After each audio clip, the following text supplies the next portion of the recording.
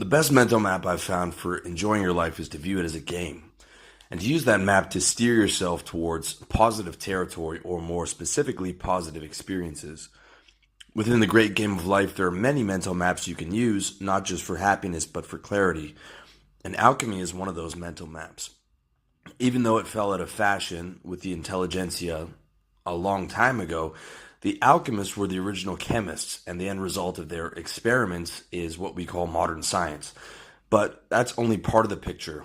The real alchemy hidden behind sacred geometry is the science of creation, of transmuting the will or thought energy into physical form. And the will is the most powerful force on the planet, both in the divine will from which the universe was spontaneously created out of the nameless, formless intelligence of the spirit, and of the will of man endowed to us by that spirit with a certain amount of potential given to each man. The car, the light, and the very computer or smartphone you're listening or watching this on are direct examples of that will, of the will of those alchemists who fulfilled their potential and their purpose and changed the very fabric of our reality. But it goes deeper than that. Picture a magical ritual where through certain clothes, phrases, decorations, candles, and symbols, a regular room is turned into a magical doorway, and within that room is an outline on the floor or a magical circle within which the ritual is performed. Magicians or alchemists believe that by performing rituals within a magical circle in a room that is properly prepared and with the right intent, that they can transmute their thought energy from the uncreated ether into the physical world. I don't perform those types of magical rituals myself, and I'm guessing you don't either, but I'm sure you can understand the principle.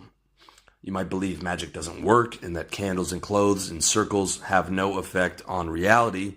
And you might think in today's day and age that anyone who considers themselves a mage or a magician is either dumb or outright delusional. And after all, it's just a guy in a room with a circle on the floor. But before you judge, think clearly about the things that you do believe in.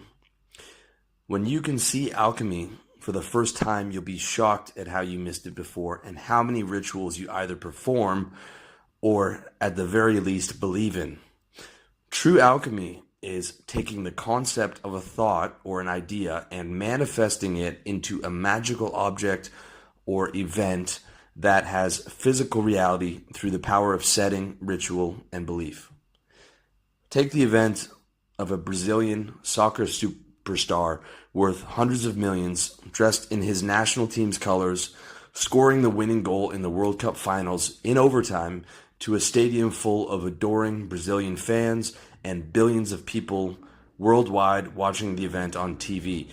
The entire event, to billions of people worldwide, and especially the people in the stadium, is an incredibly significant event with a tremendous amount of energy infused in both the game and the end result. Now take the actual reality. A man in colorful cloth kicks a ball past another man into a metal frame. The significance, the hundreds of millions of dollars paid, the stadium, the billions of people watching, the national colors, the national pride, the thrill of victory, the agony of defeat, the very idea of the existence of a soccer game, down to the very act of renaming the kick of a ball into a metal frame as a goal, and an overtime goal at that, is all part of an elaborate ritual. And the alchemical result directly and significantly affects the energy of billions of people worldwide, with the Brazilian player who scored the goal becoming a hero for the ages. In that ritual, billions of people celebrate a child's game with a passion or anger or joy they rarely express for anything else. They bet and they scream at the TV as if it has an effect. They spend their life memorizing statistics, and some grown men will risk death, injury, or jail to fight in the street against other grown men who support the opposite team, all for a guy who kicked a ball past another guy into a metal frame. In effect, the soccer player is the magician, the stadium is the magical setting, The crowd cheering Olay is the incantation. The team jerseys are the costume. The magical circle is the net. And the ability to kick the ball into the net is the end result of decades of practicing ritual and the magician's belief of turning his childhood thought of becoming a World Cup hero into a reality. But when it comes to ritual and alchemy, a soccer game is just the tip of the iceberg. Let's take what might be the ultimate ritual, the creation of money. The central bankers are the magicians, perhaps the greatest of all time. The mint is the ritual room. The printing press is the magical circle. And the end result of their alchemy is the creation of magical pieces of paper called money that cost next to nothing to produce, yet that are valued at trillions of dollars worldwide and are used by 6 billion people in exchange for real goods and services, all because of the alchemy of central bankers and the agreement of the rest of the population. And in the ultimate sleight of hand, the central bankers who own the central banks and own the means of production to create the money out of thin air loan this money to governments at interest which 6 billion people on the planet pay for the use of the bankers' alchemical creation. You can say what you want about central bankers, but whatever way you want to slice it, you have to respect their power as magicians, because everything in your life is directly affected by those magical pieces of paper through which you can get other people to cook and clean and build a house for you, among a million other things. The truth is, rituals and magic exist in the real world. It's just that most men who define themselves as magicians are practicing the wrong rituals. The central bankers create magical paper through thought and give that paper reality by blessing it in the form of a stamp. In their ritual, they spend a penny on the creation of a bill worth $1,000 and then loan that bill to the population at large for indefinite yearly interest. The wealth and mindshare transfer is beyond monumental. The guy in the hooded cloak doesn't hold a candle to the central bankers. The next most powerful magicians are the government officials who work hand in glove with the central bankers, the middle-aged men who probably couldn't physically fight if their lives depended on it, yet they control all the force on the planet by controlling the guys with guns who can fight. The robes are power suits. The swearing-in statement is the ritual. The Bible where he places his hand is the magical circle. And the end result is a civilian becoming a temporary sovereign in charge of all the guys with guns within his territory through his words and through the papers that he signs. And the population accepts the arrangement. You can say whatever you want about the idea of government. Good cases can be made for both the pros and the cons, but whatever you think, you have to respect the power and the game of the magicians behind it. When you open your eyes, you can see ritual and alchemy everywhere you look. You can see how a broke high school dropout, William Bradley Pitt, became an incredibly wealthy superstar, worshipped by millions through the power of the actual acting rituals he performed on screen to become Brad Pitt. You can see how the magicians at Hermes sell a Birkin bag that costs $800 to produce for an average price of $7,000, all the way up to a $300,000 bag made of nothing more than dead crocodile skin and some metal that people consider precious. Magic applies all the way down to your everyday life. Every graduation, religious, christening, birthday, wedding, or funeral ceremony is an elaborate ritual with an alchemical intent. After a bar mitzvah ritual, a Jewish boy is accepted as a man by members of his community. After a graduation ceremony, a student becomes a high school graduate, ready for the next ritual of university. Look at your own life and see all the rituals you and your people participate in. See all the areas where real-life magicians create alchemy through ritual intent, producing for consumers, and where hundreds or thousands or millions or even billions of consumers accept and believe in the magical creations that these producers thought and willed into existence. And acceptance and belief are the keys to the entire game. First, in the magician himself through thought. Secondly, through his own belief. in his skill at performing the ritual, and thirdly, in his subjects believing and accepting his alchemical creations. That's the key to it all. Agreement. Agreement is what gives power to ceremonies, and money, and government, and nations, and armies, and sports teams, and movie stars, and moguls, and CEOs, and entrepreneurs. Agreement is what makes all of those things a reality. Agreement is what makes one man wealthier, higher status, more successful, better looking, more stylish, and more powerful than another man. The magician learns the game from other magicians, gets the thought, practices the ritual, and produces a result through alchemy. And all alchemy traces back to those ancient magicians of old who created language. Language that allowed us as humans to rise far above all the other animals. Those ancient magicians who had an idea created sounds with their mouth and associated those sounds with people, places, and things. And finally, they got those same people to agree and accept their sounds as words.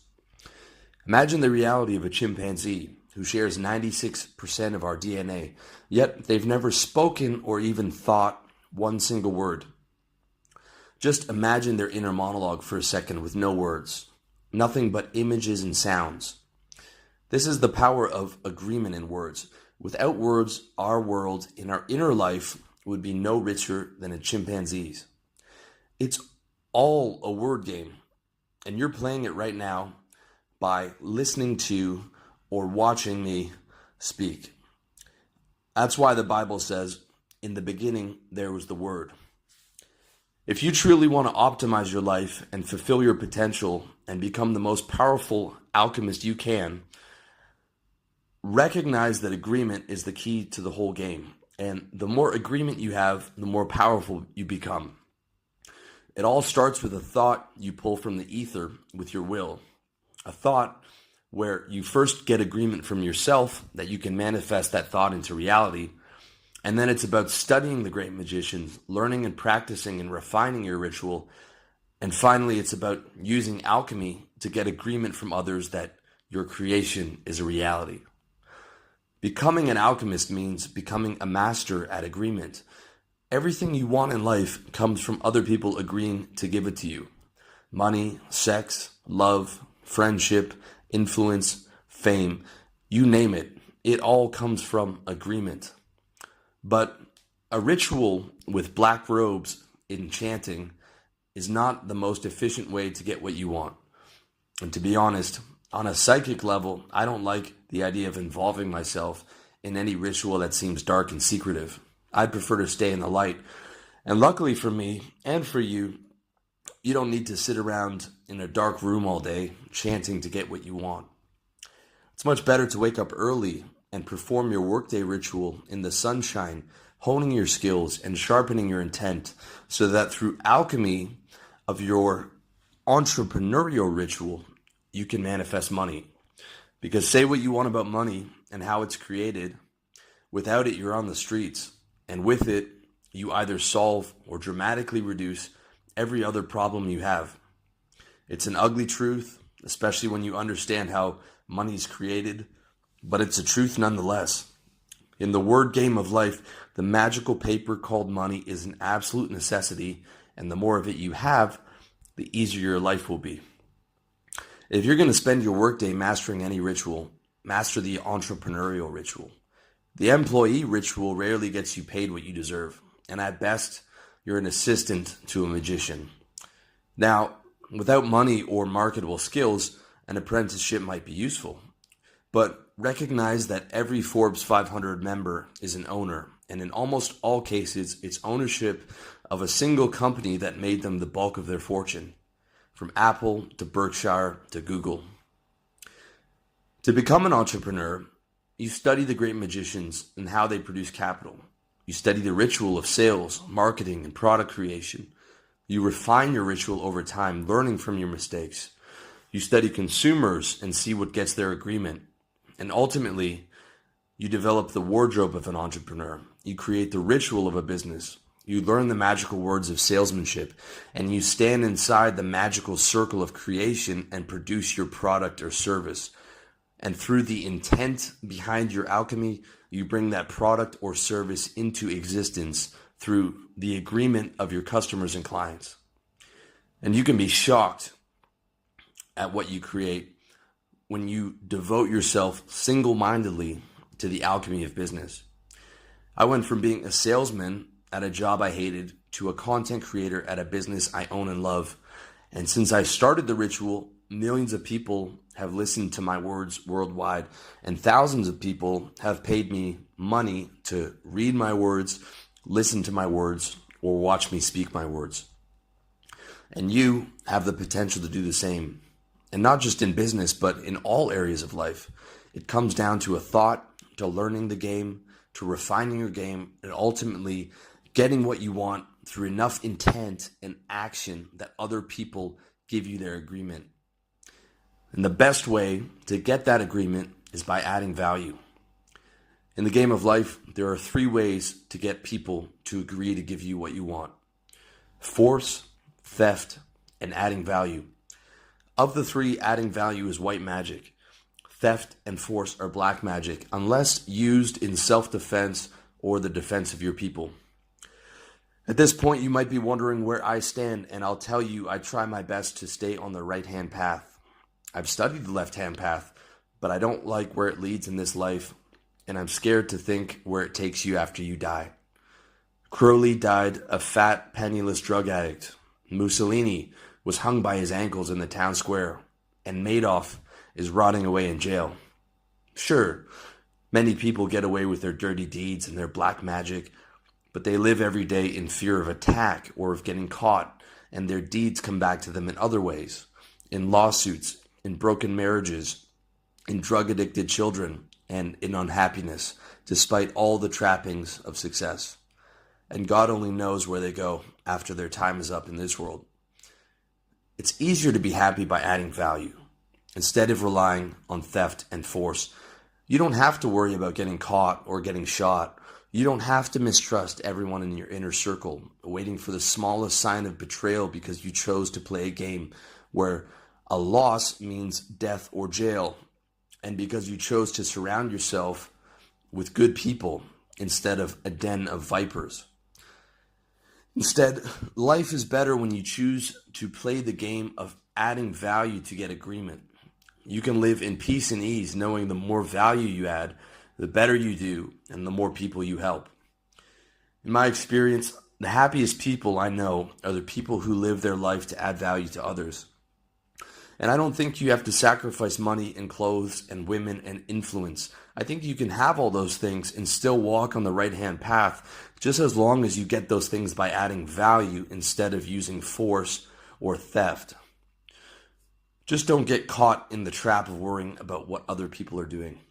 At the end of the day, there are pros and cons to banking and government and all the other rituals, because alchemical creations can't survive without benefiting people.